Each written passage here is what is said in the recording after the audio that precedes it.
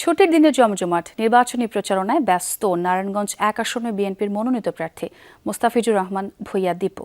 সকাল থেকে তিনি উপজেলার তারাবো, রূপসী বাসস্ট্যান্ড সহ বিভিন্ন এলাকায় গণসংযোগ, উঠান বৈঠক ও গণমিছিল করেন। এতে বিএনপি ও এর অঙ্গ সহযোগী সংগঠনের নেতাকর্মীদের পাশাপাশি হাজার হাজার সাধারণ মানুষ অংশগ্রহণ করেন। গাজীপুর ২ আসনে বিএনপি মনোনীত প্রার্থী এম মঞ্জুরুল করিম রনির নেতৃত্বে বিশাল গণমিছিল হয়েছে। বিকেলে ঐতিহাসিক রাজবাড়ী মাঠ থেকে গণমিছিলটি বের হয়। এতে অংশ নেন বিএনপি ও অঙ্গ সহযোগী সংগঠন সহ শরিক দলের নেতাকর্মী।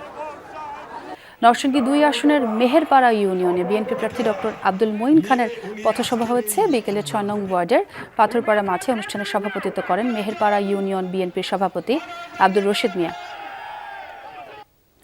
নাটোর ১ আসনে বিএনপি প্রার্থী ব্যারিস্টার ফারজানা শারমিন পুতুলের নির্বাচনী সমাবেশ হয়েছে। বিকেলে বাগাতিপাড়া পাইলট উচ্চ বিদ্যালয় মাঠে এই সমাবেশ হয়। এ সময় বিএনপি প্রার্থী পুতুল বলেন, বাংলাদেশ একটি নতুন পথের যাত্রা শুরু করতে যাচ্ছে, যার পথিকৃৎ হবে বিএনপি চেয়ারম্যান তারেক রহমান। ত্রয়োদশ জাতীয় সংসদ নির্বাচনকে সামনে রেখে প্রচারণায় ব্যস্ত সময় পার করছেন গাজীপুর ১ আসনের বিএনপির মনোনীত প্রার্থী মুজিবুর রহমান ও তার নেতাকর্মীরা।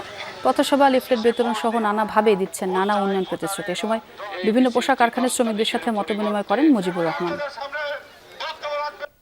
জনগণের মধ্যে বিশেষ করে নারীদের মধ্যে যে স্বতঃস্ফূর্ততা আমরা দেখছি, তাতে এই বাংলাদেশে এবার গাজীপুর ১-এ নারী ভোটারদের ইতিহাস ভঙ্গ করে তাদের উপস্থিতি হবে এবং সাধারণ জনগণ আগামী ১২ তারিখে আমার কাছে মনে হয় যে ধানের শীষে ভোট দেওয়ার জন্য অধীর আগ্রহে অপেক্ষা করছে।